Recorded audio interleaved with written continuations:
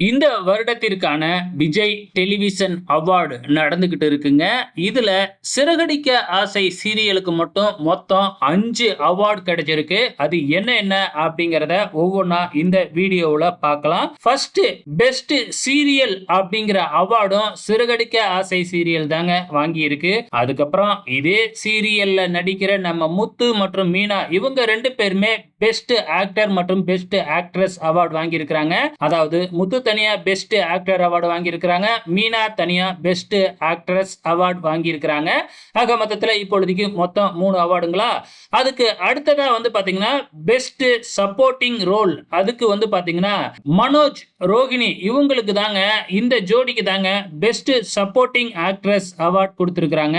அதுக்கப்புறம் பெஸ்ட் மாமியார் அவார்டும் இதே சீரியலுக்கு தாங்க கொடுத்திருக்காங்க.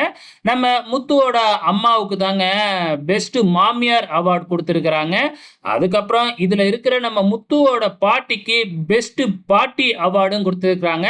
ஆக மொத்தத்துல 6 அவார்டு இது வரைக்கும் சிறகடிக்க ஆசை சீரியல் வாங்கி இருக்கு. உங்களோட கமெண்ட்ஸை மறக்காம இந்த வீடியோ கீழே கமெண்ட் பண்ணுங்க.